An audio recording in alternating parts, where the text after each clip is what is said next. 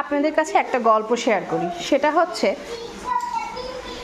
কিছু শাশুড়িরা আছে আমার নিজের চোখে দেখা, যে ছেলের বাসায় থাকে এবং ছেলের বাসার সব কর্তৃত্ব তার বউ করে, ছেলের বউ করে, অথচ সে ছেলের বউয়ের খেজমত করে, নাতিদের খেজমত করে, এমনকি নিজের কাজও নিজে করে।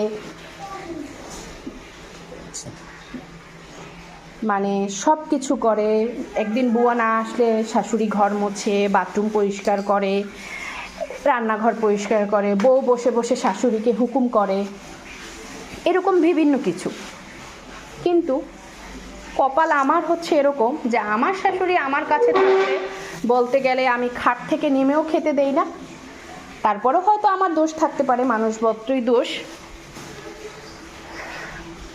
তারপরও নাকি সে আমার কাছে থাকতে স্বাচ্ছন্দ্য বোধ করে না। সে নাকি স্বাধীন চেতা মানুষ, সে আমার কাছে থাকলে নাকি স্বাধীনতা পায় না। আসলে এই কথায় আমি কি বলবো?